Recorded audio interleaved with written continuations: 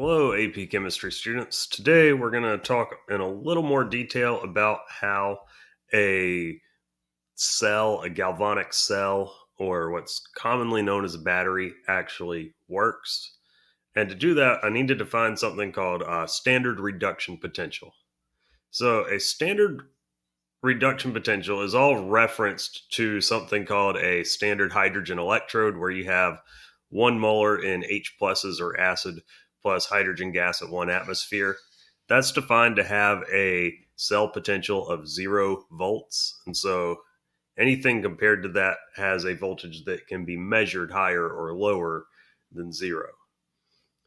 Now, standard reduction potentials are cell potential values for a reduction half reaction where any solutions are at 1 molar, any gases are at 1 atmosphere, and your temperature is at 25 degrees Celsius. And the College Board used to provide you on the AP exam with a lovely chart of standard reduction potentials that list a whole bunch of half reactions. They're all written as reduction half reactions. Let's see if I can show you this. Here's a copy of this. They're all written as reduction half reactions, and they give you their cell potentials. And at 0 volts, you have the standard hydrogen electrode. Now, these are all reduction half reactions, and if you remember from our lessons on redox many months ago, learned that you can't have reduction, something gaining electrons, without something being oxidized and losing electrons. So in order to actually make an electrochemical cell, you need to take one of these half reactions and run it in the forward direction, and the other half reaction and run it in the reverse direction. And so when you do that, ultimately your cell potential is going to be the sum of the cell potentials of your two half reactions. So you're just going to add the cell potentials together for both of those. So if we go back to the notes here, one of the half reactions must be reversed, and you also have to multiply the half reactions by some integer values so that when you add them together, your electrons cancel out. Now, if you double a half reaction, it does not change its cell potential. You're just changing the number of electrons that are involved, right? And this shows essentially how a galvanic cell is constructed. You have your solutions of your ions that are 1 molar, you have your solid pieces of metal, and then you have this thing called a salt bridge, which allows the flow of ions back and forth in order to balance charge. And typically, the ions involved are ions of potassium nitrate, and the ions will flow into the different beakers in order to balance the charge out. Because without the salt bridge, you would be dumping positive ions into one half of this container and negative ions into the other half, and you would build up a whole bunch of charge inside the cell, and it just wouldn't work. So this kind of shows you have your anode where oxidation takes place. Ignore these terms, reducing agent and oxidizing agent. But you have over at your anode is oxidation, where electrons are being lost, and electrons will flow through a wire over to where you have reduction, and electrons are being gained. And since you're dumping electrons into the beaker on the right hand side, then you're going to have positive ions moving through your porous disk this way, and negative ions moving through your porous disk the other direction. Or if you had a salt bridge with potassium nitrate, you would have potassium ions, which are positively charged, moving towards the right side where the electrons are going, and nitrate ions, which are negatively charged, moving the other way.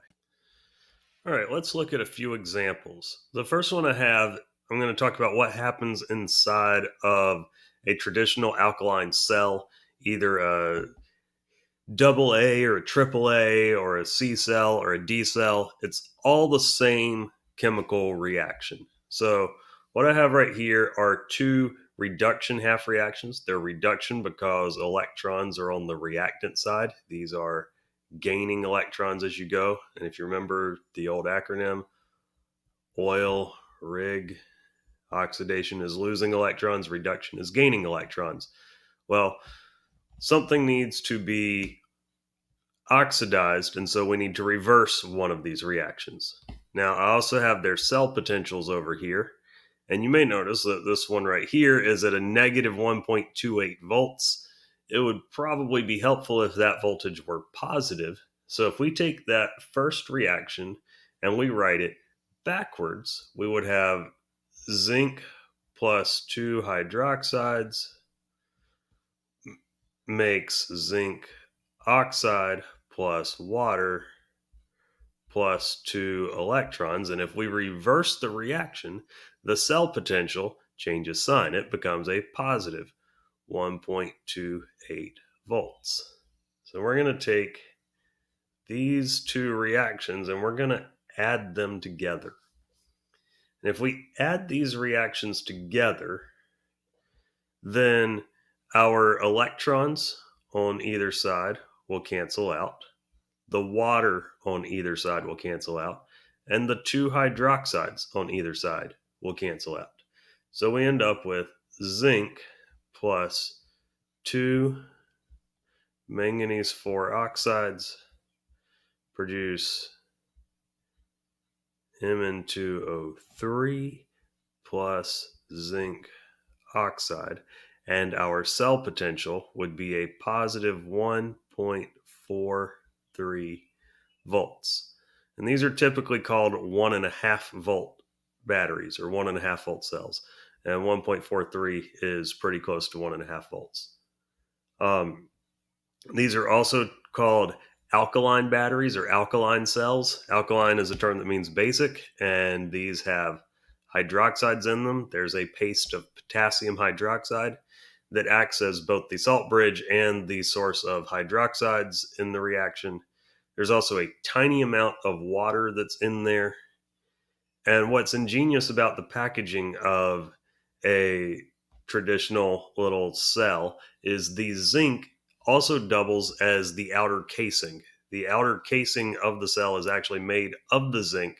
And so as the energy is used up in the cell, as the reaction proceeds, the zinc casing is actually depleted to some extent. Now, it starts obviously a lot thicker than it needs to be because it doesn't disappear. And if you've ever had some batteries in your remote control leak, what you're actually leaking out is the potassium hydroxide, the electrolyte that's in there. So it's those white crystals that ooze out of old batteries. Let's take a look at one more example of this. So here I have two reduction half reactions. I've got lithium being reduced to make solid lithium and nickel being reduced to make solid nickel. So lithium ions and nickel ions. Now, in order to make this reaction work, I'm going to need to reverse one of them. And a galvanic cell has a positive cell voltage. So when we add the voltages together, we need a positive number. So I'm going to reverse the one of these that is the most negative, so it will become positive. So I'm going to take that first reaction and reverse it so that we have lithium